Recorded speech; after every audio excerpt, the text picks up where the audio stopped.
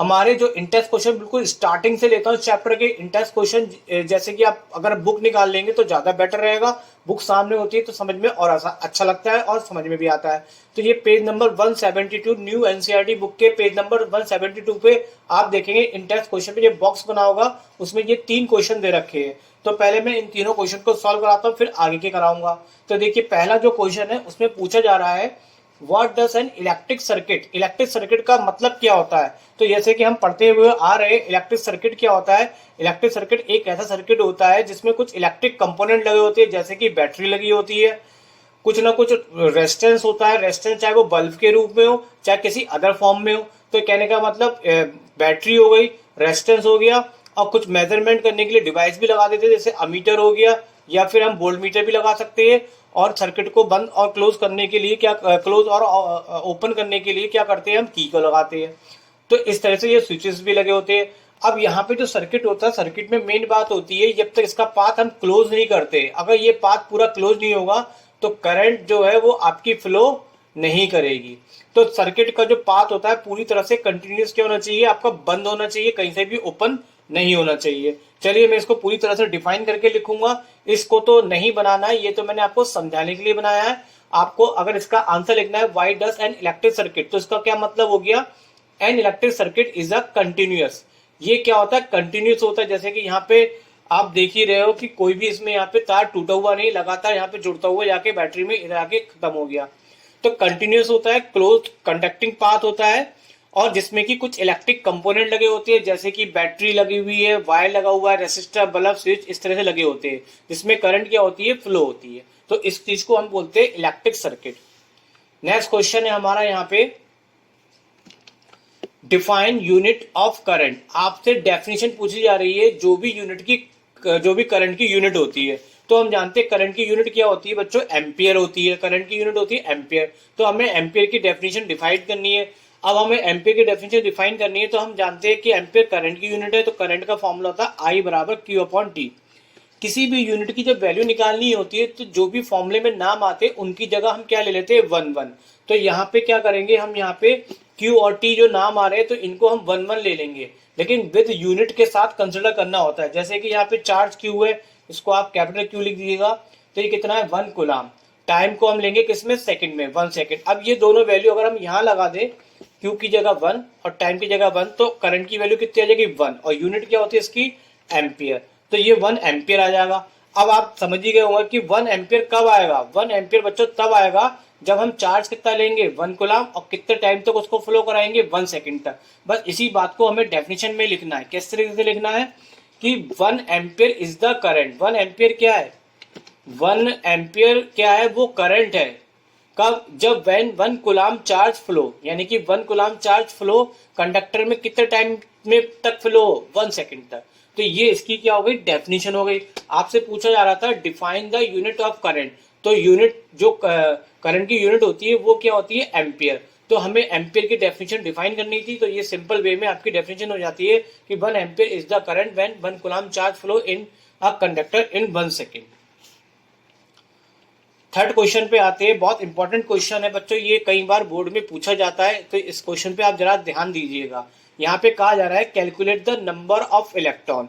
Number of electron को लिखते हैं हम किससे, एन से। तो एन हमें निकालना है कंस्टिट्यूटिंग 1 कूलम। 1 कूलम मतलब चार्ज की वैल्यू आपको क्या दे रखी है, 1। तो क्यू, चार्ज को लिखते हैं क्यू से 1 कूलम। तो 1 कूलम में आपको क्या निकालना है, नंबर निकालने हैं। और इलेक्ट्रॉन का चार्ज नहीं दे रखा है, लेकिन इलेक्ट्रॉन का चार्ज हमें अपने पास से पता होना चाहिए। दे भी सकता है, नहीं भी दे सकता है, लेकिन आपको याद होना चाहिए एक इलेक्ट्रॉन पे चार्ज कितना होता है, 1.6 इंटू 10 की पावर माइनस 19 कूलम। अब देखिए यहाँ से हमें एन निकालना है, तो हम जानते हैं फॉर्मूला क्यू बराबर कितना होता है, एन ई होता है। और इससे हमें क्या निकालना है, एन। तो एन के लिए हमने फॉर्मूला बनाया, तो जो ई होगा वो इसके डिवाइड में चला जाएगा। अब हम यहाँ पे दोनों की वैल्यू लगा देते हैं।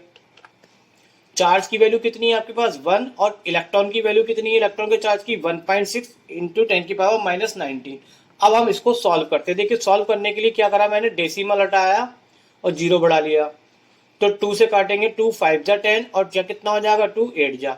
तो ये आपका आ जाएगा कट के कितना, 5/8। और ये पावर जो माइनस 19 है, इसको हम ले जाते हैं पावर को ऊपर। अब 8 को हम किससे डिवाइड कर लेते हैं, 8 को हम डिवाइड करते हैं 5 से। तो डेसिमल लगाया, उतारा 0। तो 8 6 जा कितना होता है आपका 48, बचा कितना 2, डेसिमल लगा हुआ 0 उतारेंगे, 8 2 जा 16, तो बचा कितना 4, फिर डेसिमल लगा हुआ 0, 8 5 जा, तो ये डिवाइड होके आ जाएगा 0.625 इंटू 10 की पावर 19।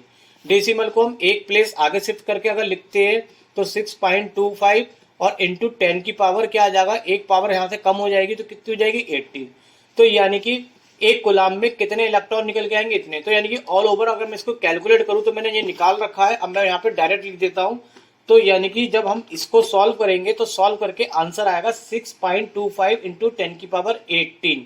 तो यही पूछ रहा था कि कितने इलेक्ट्रॉन एक कूलाम चार्ज में होते हैं। जब हमने एक कूलाम चार्ज लिया तो हमने कितने इलेक्ट्रॉन निकले, देखे 6.25 इंटू 10 की पावर 18। तो बस यही बात आपको लास्ट में लिखनी है कि नंबर ऑफ इलेक्ट्रॉन एक कूलाम में कितने होते हैं, 6.25 इंटू 10 की पावर 18 इलेक्ट्रॉन्स। तो ये क्वेश्चन आपका यहाँ पे हो जाता है कंप्लीट। अब देखिए यहाँ के अगले आप बॉक्स पे देखेंगे इंटेक्स आपको मिलेगा यहाँ पे क्वेश्चन पेज नंबर 174 पे। फिर से यहाँ पे 3 क्वेश्चन दे रखे हैं, तो तीनों क्वेश्चन को मैंने नोट डाउन कर रखा है। अब एक एक करके हम यहाँ पे क्वेश्चन को पढ़ते हैं। पहला क्वेश्चन है कि name a device that help to maintain a potential difference across the voltage. देखिए पोटेंशियल डिफरेंस का मतलब आप जानते ही है, पोटेंशियल का आपने पढ़ा रखा ओम्स लॉ, पोटेंशियल जो होता है वो करंट के डायरेक्टली प्रोपोर्शनल होता है, यानी कि जो चीज करंट को देगा वही पोटेंशियल को मेंटेन करेगा। अब करंट कौन देता है, आप जानते हैं करंट कौन देता है, या तो सेल या फिर बैटरी। बस यही इसका आंसर हो गया। तो सेल और बैटरी क्या करती है, वोल्टेज को पोटेंशियल क्या करती है, मेंटेन करती है पूरे सर्किट में। तो इसका आंसर डिवाइस का नाम पूछ रहा था, तो डिवाइस में आप सेल और बैटरी दोनों ही लिखिए, क्योंकि सेल भी लगा हो सकता है और बैटरी भी। फिर आते हैं नेक्स्ट क्वेश्चन पे। तो नेक्स्ट क्वेश्चन आपका यहाँ पे पूछा जा रहा है, question number 2, what is the mean by saying that potential difference between 2 point is 1 volt. 1 volt 2 point के बीच में, ये इसका क्या मतलब है। इसका मतलब इनडायरेक्टली आपसे क्या पूछा जा रहा है, डेफिनेशन ऑफ 1 वोल्ट, यानी कि 1 वोल्ट की डेफिनेशन आपसे क्या कर रहा है, पूछ रहा है। तो देखिए इसकी डेफिनेशन निकालने के लिए हम जानते हैं जो 1 वोल्ट होता है वो किसकी यूनिट है, पोटेंशियल डिफरेंस की या पोटेंशियल की। तो पोटेंशियल डिफरेंस का फॉर्मूला हमने पढ़ रखा है W/Q। अभी मैंने आपको बताया था किसी भी यूनिट की अगर वैल्यू निकालनी है तो उसके फॉर्मूले में जो भी नाम आते हैं उनको आप 1 1 ले लीजिए। तो यहाँ पे W क्या है, वर्क, तो वर्क की यूनिट क्या है 1 जूल, तो उसको लेंगे 1 जूल। और चार्ज क्या है कुलाम, तो इसको लेंगे 1 कुलाम। तो बस यही हमें कंसिडर करना होता है जब भी किसी यूनिट की डेफिनेशन निकालनी होती है। तो वर्क को हमने कितना ले लिया 1 जूल और चार्ज कितना ले लिया 1 कुलाम। ये दोनों वैल्यू हमने यहाँ पे लगाई, तो आंसर हमें कितना मिल गया 1, और आगे यूनिट क्या लगाएंगे वोल्ट। तो 1 वोल्ट कब आ रहा है बच्चों, 1 वोल्ट तब आ रहा है जब आप किसी भी 1 कुलाम चार्ज पे फ्लो कराने में कितना वर्क करे आप 1 जूल का, तब उस केस में उसमें पोटेंशियल डिफरेंस आपका कितना बनेगा 1 वोल्ट।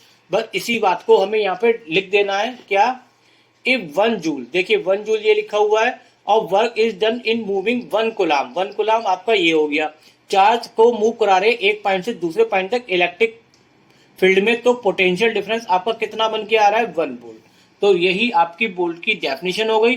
अब यहाँ पे यही डेफिनेशन यहाँ पे पूछी जा रही थी, तो ये अदर लैंग्वेज में लिखी हुई है, डायरेक्टली भी लिख सकता है कि डिफाइन 1 वोल्ट, कैसे भी क्वेश्चन आएगा आंसर आपका यही होगा।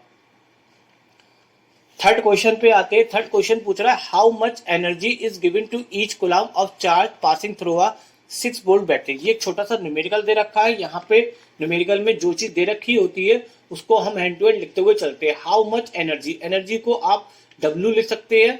W आपसे क्या कर रहा है, पूछ रहा है। फिर क्या पूछ रहा है, ईच कुलाम, ईच का मतलब होता है 1 कुलाम, ईच का मतलब होता है 1, तो Q बराबर दे रखा है 1 कुलाम।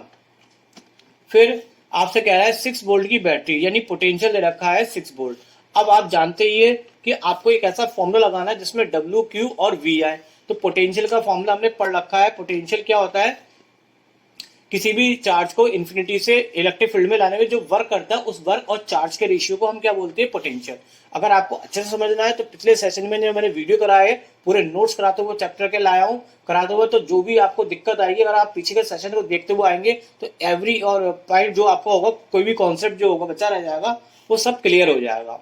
अब यहाँ पे देखिए हमें वर्क निकालना है, तो W बराबर कितना हो गया V इंटू Q, और इसमें हम वैल्यू लगा देते हैं। तो वैल्यू कितनी आपके पास है, वोल्टेज की कितनी है, पोटेंशियल की 6, और चार्ज की कितनी है 1, मल्टीप्लाई करेंगे तो आपका आंसर आ जाएगा 6 जूल। और यही आपसे पूछा जा रहा था कितनी एनर्जी लगेगी, तो आपका आंसर हो गया 6 जूल। आगे के जो इंटेंस क्वेश्चन है वो आपको मिलेंगे पेज नंबर 181 पे। यहाँ पे 5 इंटेंस क्वेश्चन दे रखे हैं, तो पांचों इंटेंस क्वेश्चन को मैं एक एक करके कराता हूँ। सबसे पहले मैं फर्स्ट क्वेश्चन को लेता हूँ, तो बाकी को हटा देता हूँ। फर्स्ट क्वेश्चन आपसे पूछा जा रहा है, on what factor does the resistance of a conductor depend.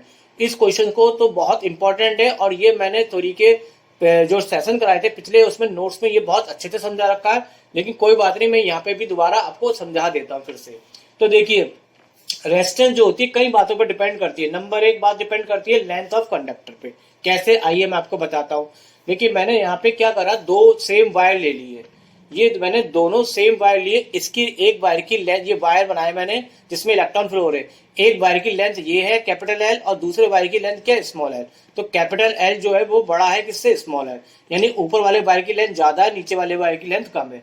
अब इसमें क्या है कि जब इसमें करंट फ्लो होगी, करंट फ्लो होने का मतलब होता है उसके वायर के अंदर इलेक्ट्रॉन मूव कर रहे होते हैं, तो दोनों में इलेक्ट्रॉन मूव कर रहे हैं।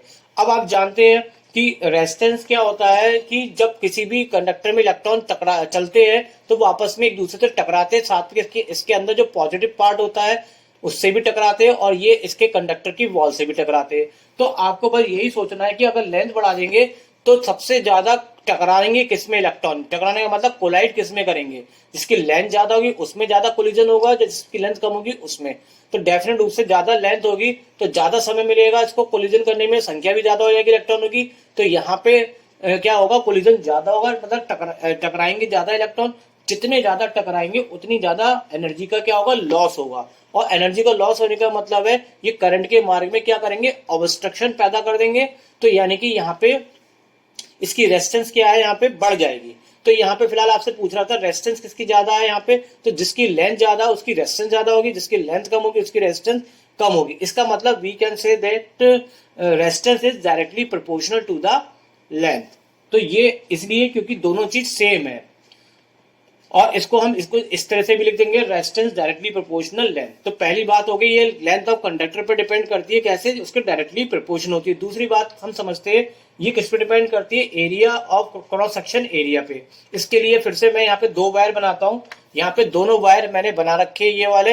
अब यहाँ पे दोनों वायर में खास बात है कि मैंने दोनों की लेंथ जो है अब इस बार मैंने सेम रखा है, लेकिन लेंथ सेम है, बट अंतर क्या है, अंतर ये कि ये थिन वायर है, ये आपका वायर कैसा है, थिन है। थिन का मतलब इसका एरिया थोड़ा सा कम है, और ये वाला वायर कैसा है आपका, थिक है, इसका एरिया क्या है, इससे क्या ज्यादा है। अब आप समझ ही गए होंगे, अगर एरिया कम होगा तो उसमें इलेक्ट्रॉन जो होंगे वो टकराते टकराते चलेंगे, ज्यादा से ज्यादा टकराएंगे। ज्यादा से ज्यादा टकराएंगे तो उसकी रेजिस्टेंस क्या होगी, बढ़ेगी।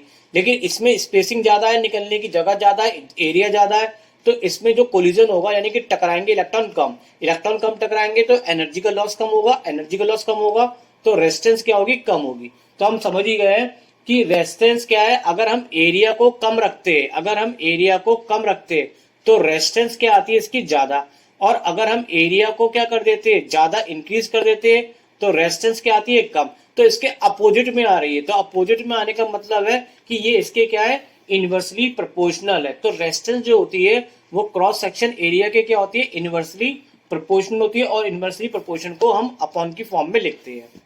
फिर नेक्स्ट बात करते हैं नेचर ऑफ द मटेरियल। तो हम समझ ही गए हैं कि हर चीज के, जैसे मटेरियल का मतलब है कि आयरन है, एल्युमिनियम है, कॉपर है, सबके वायर अलग अलग होते हैं, तो इन सबकी रेजिस्टेंस भी क्या होती है, अलग अलग होती है। तो ये कहने का मतलब है, जैसे कि एग्जाम्पल कॉपर और एल्युमिनियम में लो रेजिस्टेंस होती है, और रबड़ और वुड में क्या होती है, हाई रेजिस्टेंस होती है। फिर एक लास्ट और बचा है टेम्परेचर। तो टेम्परेचर क्या है, अगर हम किसी भी कंडक्टर का टेम्परेचर बढ़ाएंगे तो उसमें इलेक्ट्रॉन बहुत तेजी से चलेंगे, और ज्यादा से ज्यादा टकराएंगे तो उसकी रेजिस्टेंस क्या हो जाएगी, बढ़ जाएगी। लेकिन कुछ रेजिस्टेंस ऐसे भी होते, कुछ कंडक्टर ऐसे भी होते हैं जिसका टेम्परेचर बढ़ाने से उसकी रेजिस्टेंस बढ़ती नहीं बल्कि घट जाती है। बट मोस्टली क्या होता है बच्चों, मोस्टली ये है कि ज्यादातर कंडक्टर में रेजिस्टेंस क्या होती है, इंक्रीज करने से उसका टेम्परेचर भी इंक्रीज हो जाता है। और किस केस में नहीं होता वो आगे की फर्दर क्लास में हम पढ़ेंगे, जब आप 11th क्लास में आ जाएंगे तो वहां पे आपको ये क्लियर हो जाएगा। फिलहाल ये बच्चों आपसे पूछा गया था कि कौन कौन से फैक्टर पे डिपेंड करता है, तो यहाँ पे आपको एक्सप्लेनेशन करने की जरूरत नहीं है, बस आप इसका नाम लिख सकते हैं, लेंथ ऑफ कंडक्टर पे, क्रॉस सेक्शन एरिया पे, नेचर ऑफ द मटेरियल पे, टेम्परेचर पे। अगर ये पूछा जाए how, on which factor and how. तो हाउ का मतलब हो गया कि इसको पूरा पूरा आपको एक्सप्लेनेशन भी देना पड़ेगा कि वो किस तरह से डिपेंड कर रहा है। तो ये फर्स्ट क्वेश्चन हो गया। अब बात करते हैं, ये पेज नंबर आप ध्यान रखिएगा 181 पे चल रहा है हमारे बॉक्स के क्वेश्चन का, ये सेकंड क्वेश्चन है। यहाँ पे बात करी जा रही है, will current flow more easily through thick wire और thin wire same material when connect the same potential same source. अभी हमने समझा यहाँ पे थिन और थिक का, मैंने भी आपको बताया कि अगर वायर आपका थिन होगा तो रेजिस्टेंस वहां पे क्या हो जाएगी, ज्यादा हो जाएगी।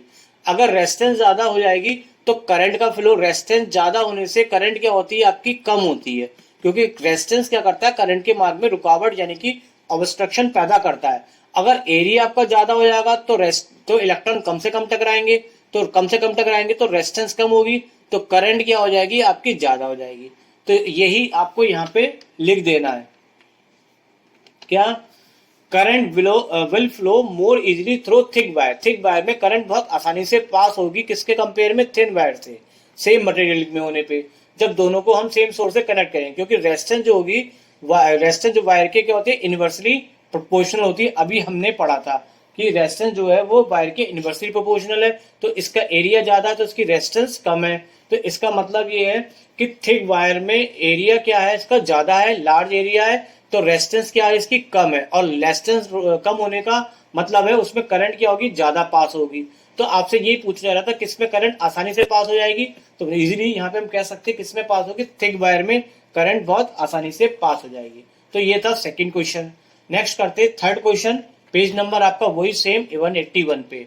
यहाँ पे कहा जा रहा है कि let the resistance of an electric component remain constant. अगर हम रेजिस्टेंस को फिक्स कर देते हैं, चेंज नहीं करते, लेकिन अगर पोटेंशियल डिफरेंस को हम क्या कर देते हैं, डिक्रीज करके हाफ कर देते हैं, यानी कि पहले पोटेंशियल V है, अब दूसरी बार में पोटेंशियल कितना हो गया, V/2, तो what change in the current. तो पहले करंट में और दूसरी वाली, पहली जो करंट है और दूसरी करंट में कितना चेंज आएगा वो आपसे पूछा जा रहा है। तो चलिए मैं यहाँ पे पहले आपको बताता हूँ ओम्स लॉ। ओम्स लॉ आपने पढ़ा है, V = IR, इससे हम निकाल लेते हैं I = V/R। अब यहाँ पे क्वेश्चन में जो गिवन है उसको हम नोट करते हैं। क्वेश्चन में क्या गिवन है कि रेजिस्टेंस तो यहाँ पे फिक्स है, कांस्टेंट है, तो रेजिस्टेंस कांस्टेंट है, इसका मतलब रेजिस्टेंस आपका वही की वही है। लेकिन पोटेंशियल को कहा जा रहा है यहाँ पे क्वेश्चन में, जो पोटेंशियल है वो हाफ हो जाता है। यहाँ पे लिखा है देखिए, potential difference across to component decrease कितना हो जाता है, हाफ। तो यानी कि हाफ का मतलब जितना पहले V था अब कितना हो जाता है, V/2। तो अगर ऐसा कर दे तो what change in the current, तो करंट में क्या चेंज आएगा, यानी कि अब नई करंट में चेंज आएगा, उसको न्यू करंट बोल दे रहे हैं, तो कितना चेंज आएगा वो निकालना है। अब ऊपर के ही फॉर्मूले में हम यहाँ पे क्या करेंगे, R तो हमारा सेम ही रहेगा, V की जगह हम कितना लिखेंगे, V/2, तो उससे हमारे पास नई करंट के लिए फॉर्मूला आके निकल के आ जाएगा। तो V/2, इस 2 को हम नीचे ले जाकर लिख के कुछ इस तरीके से लिख सकते हैं, इस फॉर्म में 1/2 V/R, और V/R को हम कितना लिखेंगे यहाँ से, I। तो अब आपको समझ में आ गया है कि जो करंट है नई वाली यानी बाद वाली, वो पहले वाली करंट की कितनी हो जाएगी, आधी।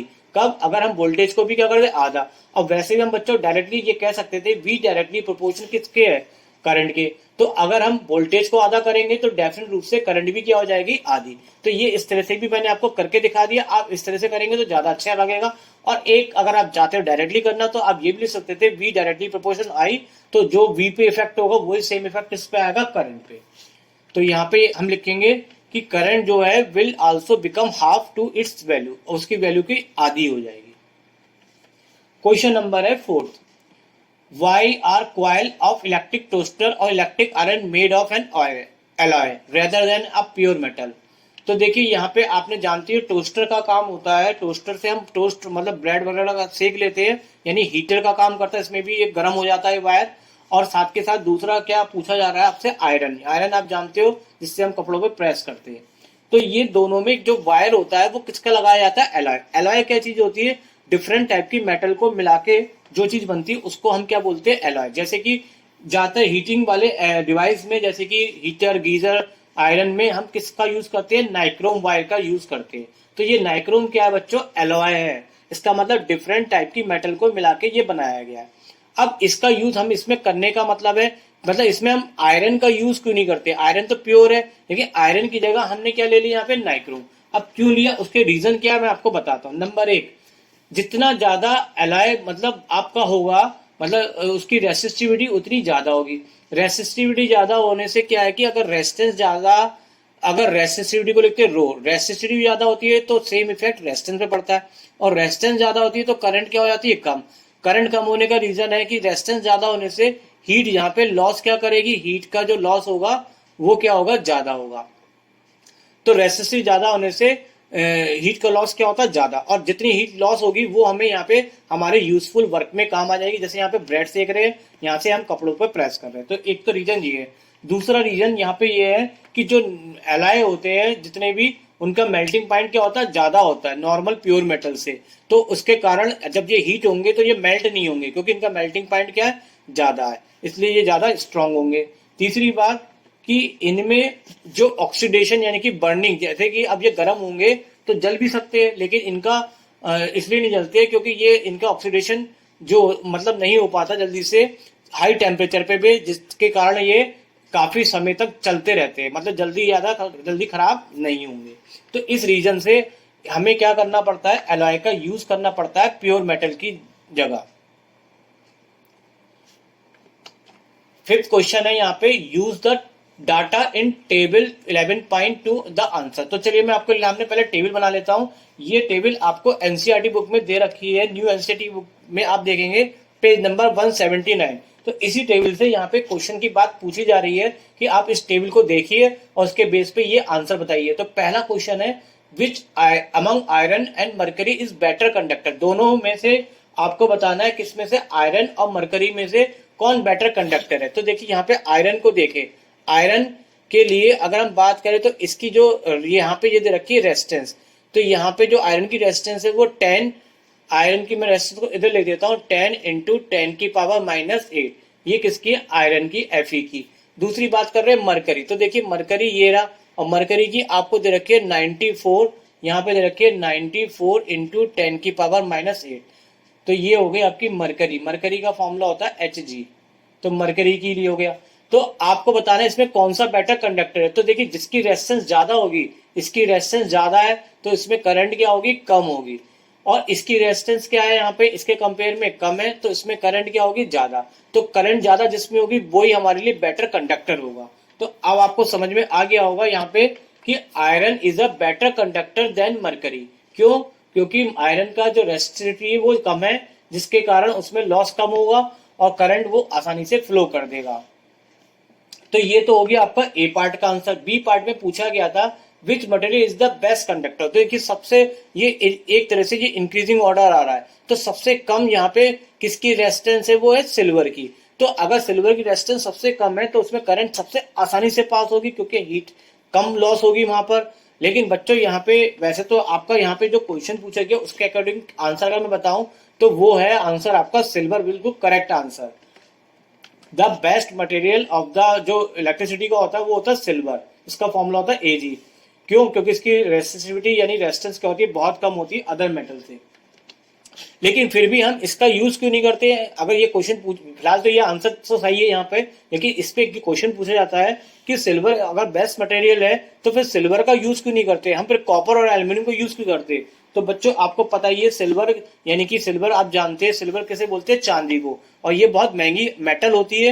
ये आसानी से आप इस पे एक जगह से दूसरी जगह तक आपको इलेक्ट्रिसिटी भेजने के लिए जो तार लगाने पड़ेंगे तो ये बहुत कॉस्टली पड़ जाते हैं। तो कॉस्ट के हिसाब से इसको हम यूज ना करके हम नॉर्मल का यूज करते हैं, कॉपर और एल्यूमिनियम। इस बात का आप ध्यान रखिएगा, क्वेश्चन ऐसे भी आपसे पूछा जा सकता है। क्वेश्चन दे रखे हैं, सबसे पहले मैं फर्स्ट क्वेश्चन कराता हूं, इसलिए मैं यहाँ पे सेकंड वाले क्वेश्चन को हटा देता हूं। तो देखिए फर्स्ट क्वेश्चन में कहा जा रहा है कि draw a schematic diagram of a circuit consisting a battery of 3 sales. एक बैटरी है जो 3 सेल्स की है, जिसमें कि हर एक सेल का वोल्टेज कितना दे रखा है, 2 ओम, और यहाँ पे रेसिस्टर लगे 5, 8 और 12 ओम के रेसिस्टर जो लगे हुए हैं, और एक साथ में प्लग की लगी है। ये सारे के सारे किसमें कनेक्टेड, सीरीज में। तो यहाँ पे करना कुछ नहीं है, सिर्फ आपको एक डायग्राम ही ड्रॉ करने को कहा जा रहा है। तो देखिए पहले आपको 3 सेल दे रखे थे 2 वोल्ट के।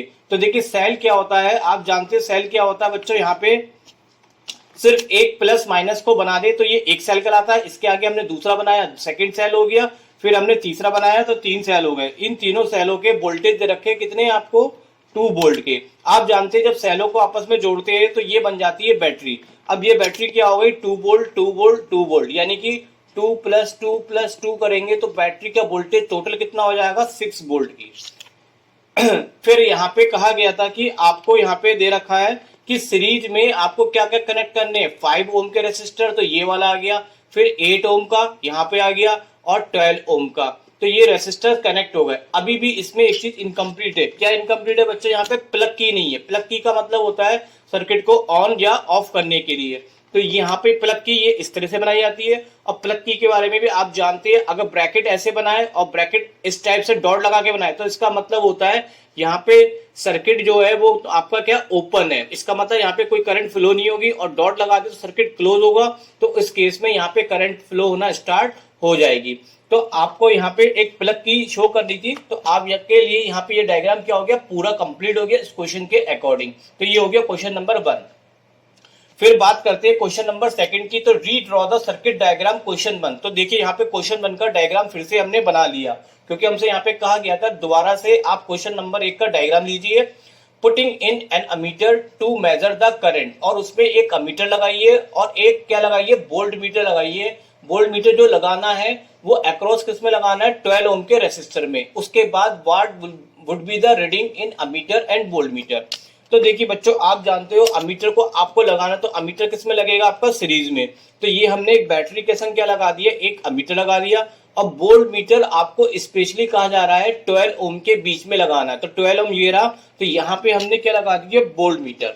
तो आपको अब इसकी रीडिंग बतानी है, किसकी, अमीटर की। तो अमीटर किसको मेजर करेगा, करंट को, तो करंट निकालनी है हमें। वोल्ट मीटर किसको मेजर करेगा, पोटेंशियल को, तो हमें पोटेंशियल निकालना है, वो भी सिर्फ 12 ओम के बीच में। तो सबसे पहले हम क्या करते हैं, इसकी करंट निकालते हैं। तो करंट जो है वो निकालने के लिए हमें टोटल वोल्टेज चाहिए होगा और टोटल रेजिस्टेंस चाहिए होगा। टोटल वोल्टेज तो हमारे पास है 6 वोल्ट, लेकिन टोटल रेजिस्टेंस नहीं है। तो सबसे पहले ये तीनों रेजिस्टेंस को हम टोटल निकालने का मतलब इक्विवेलेंट रेजिस्टेंस निकालेंगे, और ये इक्विवेलेंट रेजिस्टेंस निकालने के लिए आप देखेंगे कि ये आपस में किसमें कनेक्ट है, सीरीज में। तो सीरीज में फॉर्मूला जो होता है सीरीज में जो फॉर्मूला होता है वो क्या है, आपका लिखा हुआ है यहाँ पे स्क्रीन पे आप देखेंगे, तो डायरेक्टली ऐड हो जाते हैं। तो R1 + R2 + R3, यहाँ पे हम इन सबकी वैल्यू लगा देते हैं। ये 5 ओम आपका R1 हो गया, ये हो गया आपका R2, और यहाँ पे ये पार्ट क्या हो गया आपका R3। तो टोटल निकल के आ जाता है 25। अब हमारे पास देखेंगे वोल्टेज कितना दे रखा है पूरा, तो वोल्टेज है 6। अब हमारे पास ओम्स लॉ होता है, हमने पढ़ रखा है, ओम्स लॉ का फॉर्मूला होता है V = IR। तो इस फॉर्मूले का यूज करेंगे और इससे हम क्या निकाल लेते हैं, I, जो कि हमें करंट निकालनी है। तो यहाँ पे V की वैल्यू आप लगा दीजिए, कितनी दे रखी है, 6, और यहाँ पे R की वैल्यू कितनी है, 25। 25 को आप 6 से क्या कर लेंगे, डिवाइड करेंगे। चलिए मैं डिवाइड करके दिखाता हूँ। 25 को 6 से डिवाइड करेंगे तो डेसिमल लगाएंगे और 0। तो 25 2 जा कितना हो गया आपका 50, बचा आपका 10, पॉइंट लगाएंगे, उतारेंगे 0। तो ये आपका निकल के आ जाएगा कितना, 24। तो इस तरह से यहाँ पे ये क्या आ गई, आपकी करंट आ गई। अब आपको यहाँ पे क्या निकालना है, दूसरा 12 ओम के बीच में क्या निकालना है, पोटेंशियल फाइंड करना है। तो पोटेंशियल फाइंड करने के लिए यहाँ पे रेजिस्टेंस कितनी है हमारे पास, 12 ओम है, और करंट जो है इसमें वही पास होगी, क्योंकि सीरीज में करंट क्या होती है, कॉमन। तो करंट की वैल्यू हमारे पास कितनी है, जो कि हमने निकाली, तो 0.24 है।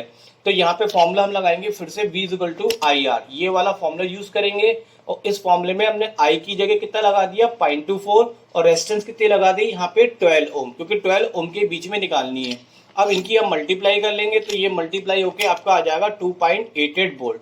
और यही आपका यहाँ पे पूछा गया था, तो क्वेश्चन भी यहाँ पे क्या हो जाता है, कंप्लीट हो जाता है।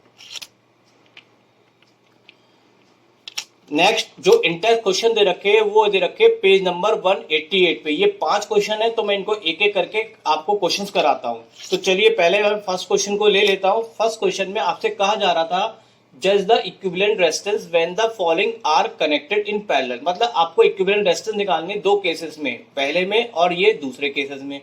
तो यहाँ पे पहला केसेस में हम रेजिस्टेंस के जब निकालेंगे पैरेलल में, तो 2 रेजिस्टेंस दे रखे, ये हो गया आपका R1 और ये हो गया आपका R2। तो दो के लिए फॉर्मूला कितना लगेगा आपका, पैरेलल के लिए नॉर्मली फॉर्मूला इस तरह से होता है, अपॉन में जितने रेजिस्टेंस लगे होते हैं उतने हम लगा देते हैं। यहाँ पे 2 ही लगे हैं, तो फॉर्मूला बन जाएगा 1/R = 1/R1 + 1/R2।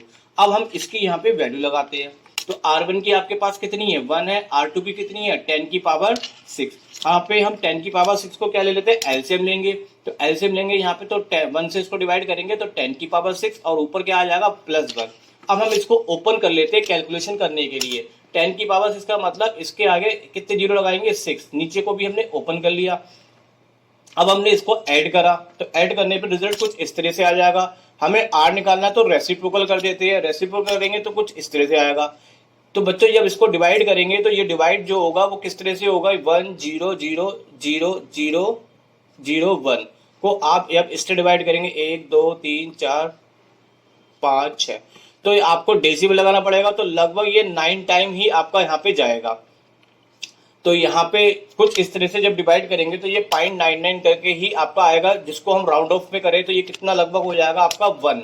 तो ये नियर अबाउट कितना हो गया, इसको राउंड ऑफ करने पे क्या होगा ये 1 ओम बन जाएगा। तो यहाँ पे इसका रेजिस्टेंस कितना आ गया पहले केस में 1 ओम। अब हम सेकेंड वाला केस करते हैं, तो सेकेंड वाले केस में आपको यहाँ पे 3 रेजिस्टेंस दे रखे R1 R2 और R3। तो 3 के लिए फॉर्मूला हमने लगा दिया 1/R1 plus 1/R2 plus 1/R3, इनकी हम वैल्यू लगाते हैं। अब यहाँ पे जब हम एलसीएम लेंगे तो एलसीएम कितना आ गया 10 की पावर 6। अगर नहीं आता है तो मैं यहाँ पे निकाल के दिखाता हूँ 10 की पावर 6। तो सबसे पहले 1 को हम 10 की पावर 6 से डिवाइड करेंगे तो 10 की पावर 6 आ जाएगा। यहाँ से 3 पावर इससे खत्म हो जाएगी तो बचेगी 3, तो 10 की पावर 3 और ये पूरा पूरा कट जाएगा तो 1। तो कुछ इस तरीके से यहाँ पे ये मैंने लिख रखा है। अब यहाँ पे हम इसको सबको खोल लेते हैं। तो यहाँ पे 1 के आगे कितने जीरो लगाएंगे 6, 1 के आगे कितने जीरो लगाएंगे 3 और +1। नीचे भी हमने वैसे ही करा, ऊपर हमने सबको क्या कर लिया प्लस कर लिया। प्लस करने के बाद फिर से हम यहाँ पे क्या करेंगे रेसिप्रोकल करेंगे, तो रेसिप्रोकल करके कुछ इस तरीके से आंसर आएगा और इसको भी डिवाइड करेंगे तो ये भी आंसर 0.99 करके ही आएगा। तो इसको अगर आप राउंड ऑफ में करेंगे तो ये भी 1 ओम, यानी कि इन दोनों केसों में इक्विवेलेंट रेजिस्टेंस आपका कितना रहेगा 1 ओम का ही रहेगा। तो ये आपका यहाँ पे क्वेश्चन हो जाता है कंप्लीट। सेकेंड क्वेश्चन करते हैं। An electric lamp of 100 volt, toaster दे रखा है 50 ओम और वाटर फिल्टर दे रखा है 500। ये सारे के सारे किस में कनेक्ट है आपके पैरेलल में, और वो भी कितने सोर्स से 220 वोल्ट से। What is the resistance of an electric current connected to the same source. अगर उसी सोर्स से हम किसको कनेक्ट कर देते हैं किसी इलेक्ट्रिक आयरन को, तो वो उतनी ही करंट लेती है जितने की ये तीनों अप्लाइज लेते हैं। तो what is the current through it.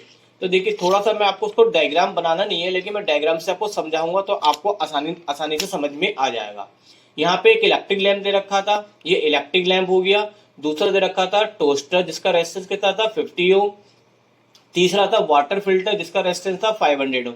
ये सारे के सारे किस में कनेक्ट है पैरेलल में। पैरेलल में आप जानते हैं सबके एंड्स को एक ही जगह पे हमें कनेक्ट करने होते हैं और अदर एंड्स को दूसरी जगह पे कनेक्ट करने होते हैं। और कनेक्ट करने के बाद इसको एक सोर्स यानी कि बैटरी से कनेक्ट कर दिया जिसकी वोल्टेज कितनी है 220 वोल्ट है। अब यहाँ पे ये कहा जा रहा था कि अगर इन तीनों को हटा दे और उसी सोर्स में हम क्या लगा दे एक इलेक्ट्रिक आयरन लगा दे, तो वही करंट जो जितनी भी ये तीनों अप्लायंस देते हैं वही करंट इसमें भी होगी।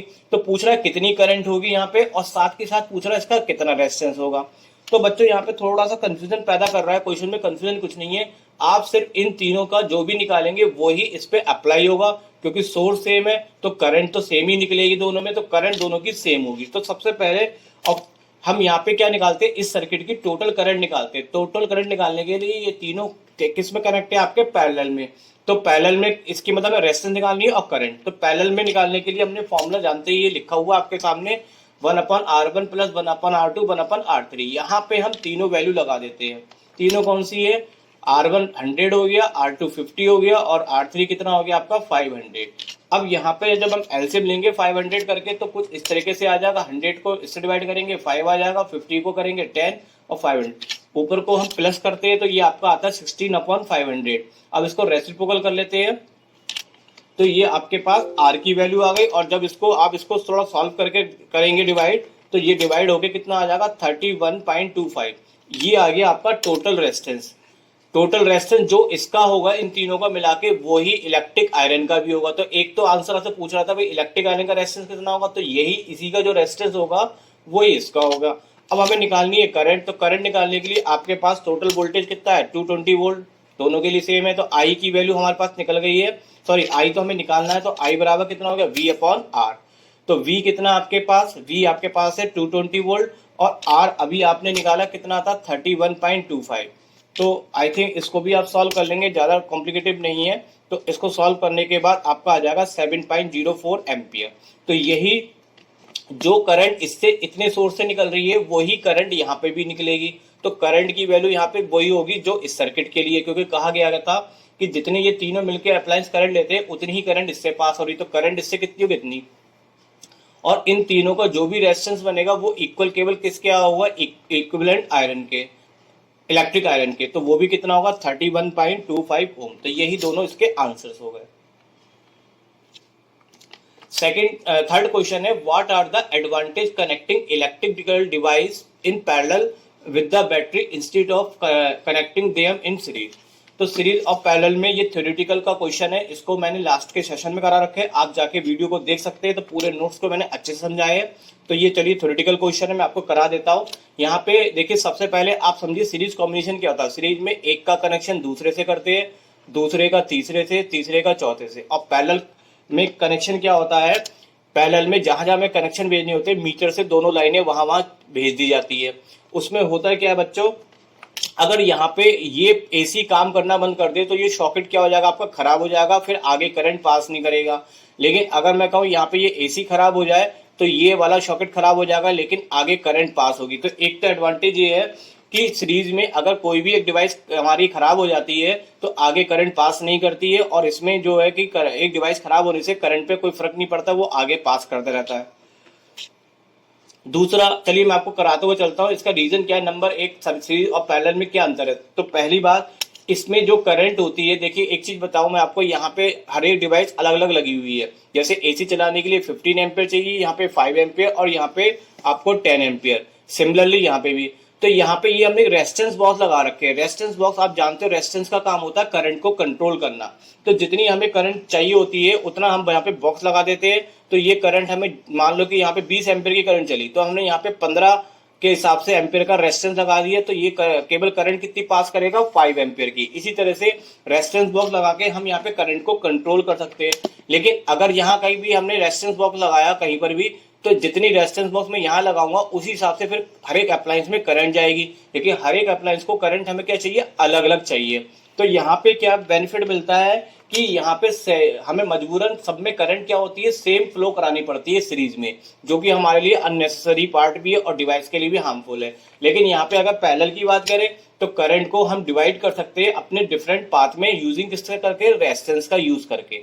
तो एक तो फायदा ये है कि उसमें करंट क्या होती है, सेम चलती है, इसमें करंट हम अपने हिसाब से डिवाइड कर लेते हैं।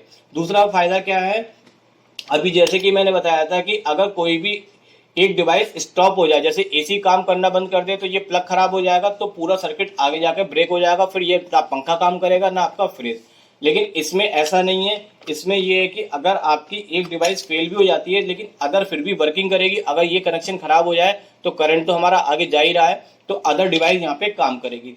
और सबसे इंपॉर्टेंट बात है कि सीरीज में जो रेजिस्टेंस होगा वो ज्यादा हो जाएगा, क्योंकि सीरीज में फॉर्मूला होता है R=R1 + R2 + R3 होता है। इससे अगर कोई वैल्यू निकालेंगे तो मैक्सिमम आएगी, और अगर अपॉन में करके निकाले आंसर तो इससे आंसर आपका क्या आएगा, कम आएगा। तो सीरीज में जो रेजिस्टेंस होती है टोटल वो ज्यादा होती है, ज्यादा होने से एनर्जी का लॉस क्या होगा, ज्यादा, क्योंकि रेजिस्टेंस क्या कराती है, लॉस कराती है एनर्जी का। और इसमें जो रेजिस्टेंस होती है पैरेलल में वो सीरीज के कंपेयर में कम होती है, ताकि इससे एनर्जी का लॉस भी कम हो।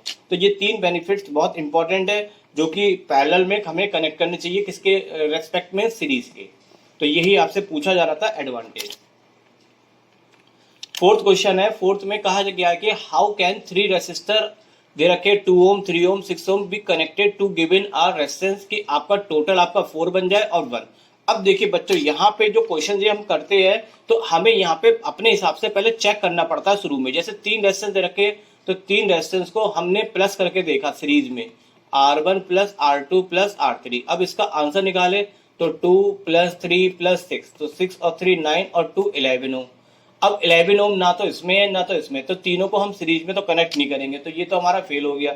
अब हम तीनों को पैरेलल में कनेक्ट करते हैं। पैरेलल में फॉर्मूला होता है 1/R = 1/R1 1/R2 1/R3। तो इसमें हमने लगाया 1/2 1/3 1/6। इसमें एलसीएम लिया कितना आ गया 6, 2 से इसको काटेंगे, 2 3 जा, 3 2 जा और 6 बन जा, तो ऊपर भी 6 और नीचे भी 6, तो 1 अपॉन आर। यहाँ पे अगर हम करें तो 1 अपॉन आर बराबर कितना आ गया, 6 से 6 काटेंगे तो 1 आ जाएगा यहाँ पे, और इसको रेसिप्रोकल करेंगे तो r इक्वल टू 1। तो यहाँ पे देखिए 1 ओम आपका आ रहा है, तो ये बी वाला पार्ट का आंसर हो गया आपका, कि बी पार्ट के लिए सबको किस में कनेक्ट करना पड़ेगा, आपको पैरेलल में कनेक्ट करना पड़ेगा। अब 4 ओम के लिए क्या है, 4 ओम के लिए क्या है आपको यहाँ पे, चलिए ये बी पार्ट तो मैंने आपको करा दी, ध्यान रखिएगा ये पैरेलल में कनेक्ट करना पड़ेगा। अब यहाँ पे जो है ए पार्ट के लिए क्या करेंगे, पहले इन दो को सीरीज में कनेक्ट करके देख लिए, तो आर इक्वल टू हमने निकाला 2 + 3, तो ये आ गया 5। अब इसके साथ इसका पैरेलल बनाएंगे, तो पैरेलल में 1/5 और 1/6, तो यहाँ पे जब ऐसे मिलेंगे 6 5 जा 30, 5 6 जा और ये 5, तो ये 5 अपॉन कितना 11/30, इसको रेसिप्रोकल करेंगे तो 30/11, तो इससे तो ये आंसर 4 नहीं आएगा।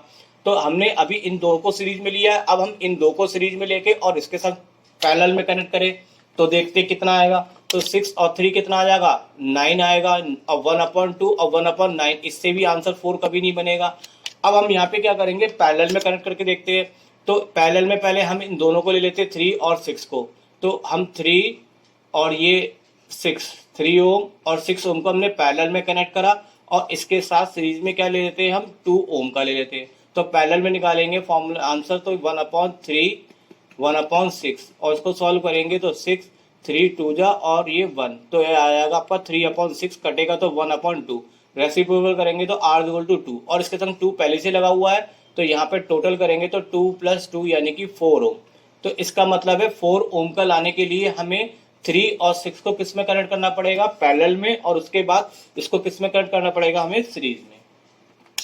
देखिए यहाँ पे पूछा जा रहा है 5th क्वेश्चन में कि व्हाट इज द हाईएस्ट और लोएस्ट रेजिस्टेंस निकालना है आपको, जबकि यहाँ पे 4 रेजिस्टेंस कनेक्ट है। तो देखिए हाईएस्ट निकालने के लिए क्या करना होता है, हाईएस्ट निकालने के लिए हमें इन सबको किस में कनेक्ट करना होता है, सीरीज में। तो हम सीरीज में निकालेंगे तो सीरीज में फॉर्मूला होगा 4 रेजिस्टेंस के लिए R1 + R2 + R3 + R4, तो इनको हम ऐड करें तो 4 + 8 + 12 + 24, तो कितना हो जाएगा, 12 और 8 20 हो गया, और 20 में आप 4 ऐड करेंगे तो ये हो जाएगा 24 24 24 कितना हो जाएगा 48 ओम। तो ये हाईएस्ट रेजिस्टेंस आ जाएगा आपका सीरीज में। अब जो बी पार्ट है, लोएस्ट रेजिस्टेंस निकालने को कहा गया था आपको, लोएस्ट रेजिस्टेंस किस में आएगा आपका, पैरेलल में, तो इनको हमें किस में कनेक्ट करना पड़ेगा, पैरेलल में कनेक्ट करना पड़ेगा। पैरेलल में फॉर्मूला कितना होता है, 1/r equal to 1/r1 + 1/r2 + 1/r3 और + 1/r4।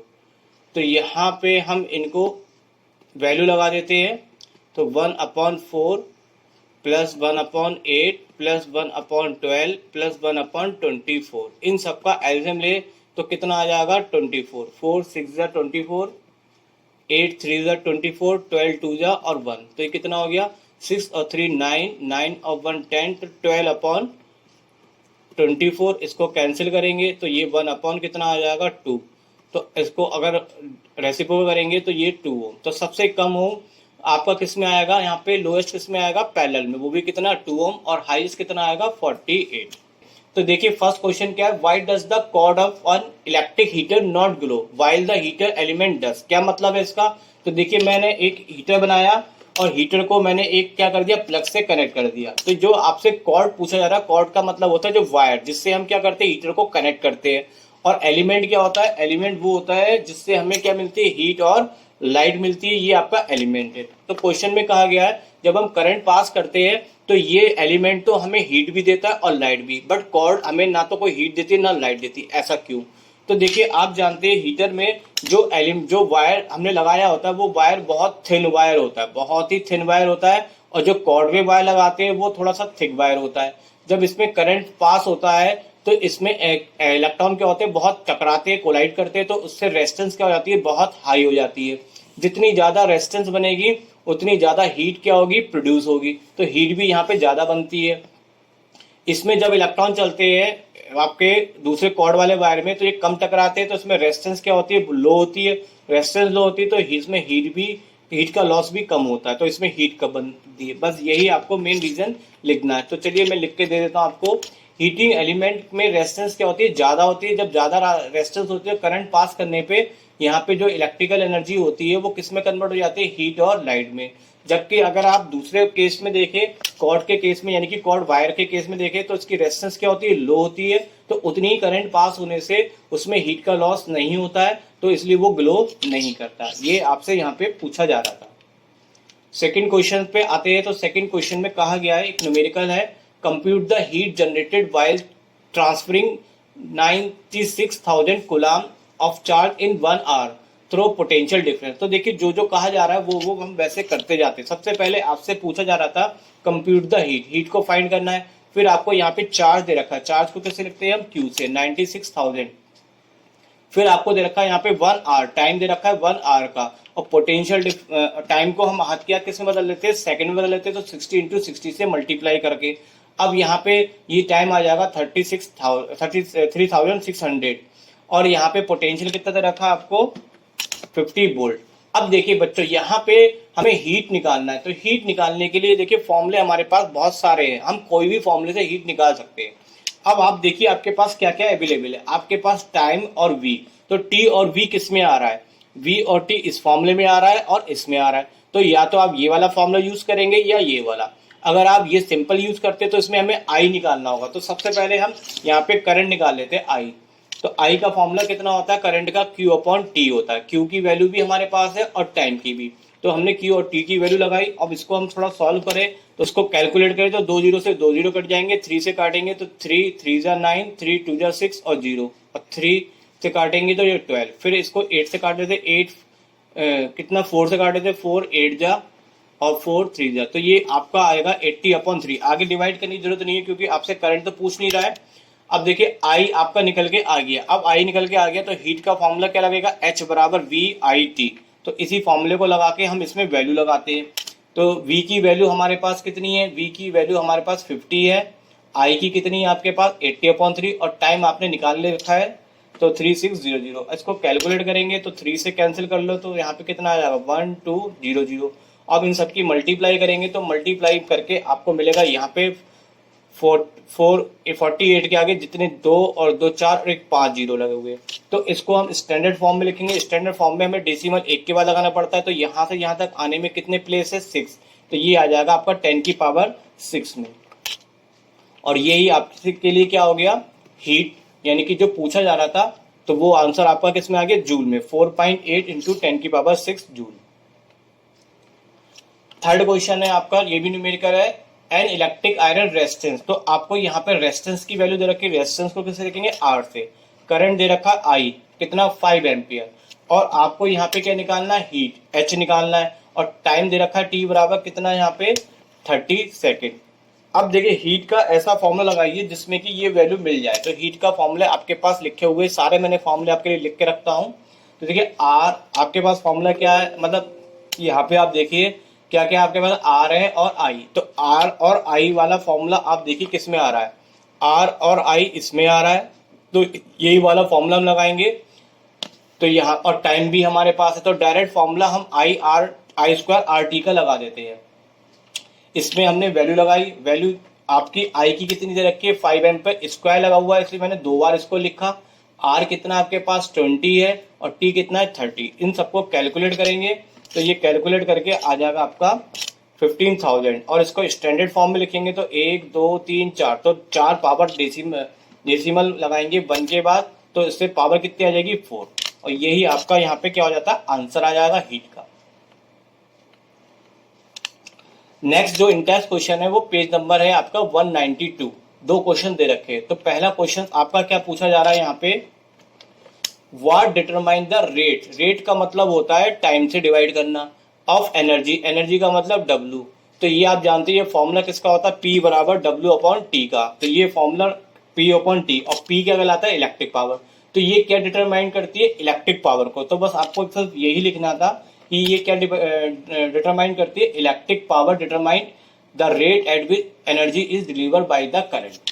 तो ये तो इतना ही आंसर है। सेकंड क्वेश्चन पे आते हैं आप। सेकंड क्वेश्चन में क्या है, आपके पास एक इलेक्ट्रिक मोटर जो करंट का लिखेंगे आई से, आई बराबर दे रखा है 5 एम्पियर, पोटेंशियल दे रखा है 220 वोल्ट, और डिटरमाइन क्या करनी है आपको, पावर निकालनी है मोटर की, यानी कि पी क्वेश्चन मार्क, और दूसरा क्या निकालना है, एनर्जी। एनर्जी को आप किससे लिखेंगे, ई से भी लिख देते हैं और डब्ल्यू से भी, तो डब्ल्यू लिखेंगे तो ज्यादा सही रहेगा क्योंकि सारे फॉर्मूले डब्ल्यू से रिलेटेड होते हैं यहाँ पे। तो एनर्जी, और टाइम दे रखा है कितना आपको, 2 आवर्स, तो ये टाइम की वैल्यू। अब देखिए सबसे पहले हम निकालते हैं पावर। तो पावर का जो फॉर्मूला है वो V और I में लगाते हैं। पावर का फॉर्मूला V और I में कितना होता है, P बराबर VI।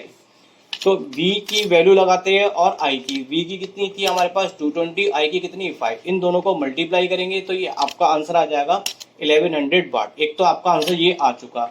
अब हमें निकालनी है एनर्जी। तो एनर्जी निकली मतलब W निकालना है, तो P निकल के आ चुका, तो हम फॉर्मूला यूज करेंगे P बराबर W/T। तो इससे हम W के लिए फॉर्मूला बना लेते, तो P इंटू टी। अब एक बात देखिए बच्चों, नोट करिए, टाइम दे रखा है आवर्स में और ये दे रखा है वाट। या तो आप इसको किलो वाट आवर्स में निकालिए एक तरीका, या आप इसको क्या निकालेंगे, वाट सेकंड में निकालिए, तो जिसमें भी आपको आसान लगता है। तो मैं समझता हूँ किलोवाट आवर में ज्यादा आसान है, क्योंकि ये तो दे रखा है। सिर्फ इस वाट को किलोवाट में बदलने के लिए हमें क्या करना पड़ेगा, यहाँ पे 1000 से डिवाइड करना पड़ेगा। तो चलिए मैं यहीं पे कर दे रहा हूँ क्वेश्चन में ही। तो यहाँ पे देखिए आपको 1100 वाट दे रखा था, इसको किलोवाट में करने के लिए मैंने 1000 से क्या करा, डिवाइड करा। और टाइम आवर्स में कितना दे रखा है, 2। इसकी हम मल्टीप्लाई करेंगे तो मल्टीप्लाई करके आ जाएगा आपका यहाँ से 11 की 2 से 2200। अब इसको डिवाइड करेंगे तो डिवाइड में 1 2 3 तो 2.2, यानी कि इसको डिवाइड करेंगे तो आपका आ जाएगा 2.2 किलोवाट आवर्स। और ये क्वेश्चन हो जाता है आपका कंप्लीट। आपसे पूछी गई थी एनर्जी कितनी कंज्यूम होगी, तो 2.2 किलोवाट आवर। और बच्चों यहाँ पे मैं बड़ी खुशी की बात कर रहा हूँ कि आपका ये सारे के सारे इंटेंस क्वेश्चन मैंने यहाँ पे कंप्लीट करा दिए, और आपने यहाँ तक का वीडियो देखा, उसके लिए आप सब लोगों का बहुत बहुत धन्यवाद। तो चलिए मिलेंगे नेक्स्ट वीडियो में। आगे के मैं एक्सरसाइज के क्वेश्चन कराने वाला हूँ, तो वहां पे जाके हम करेंगे एक्सरसाइज के क्वेश्चन नेक्स्ट वीडियो में। Thank you very much.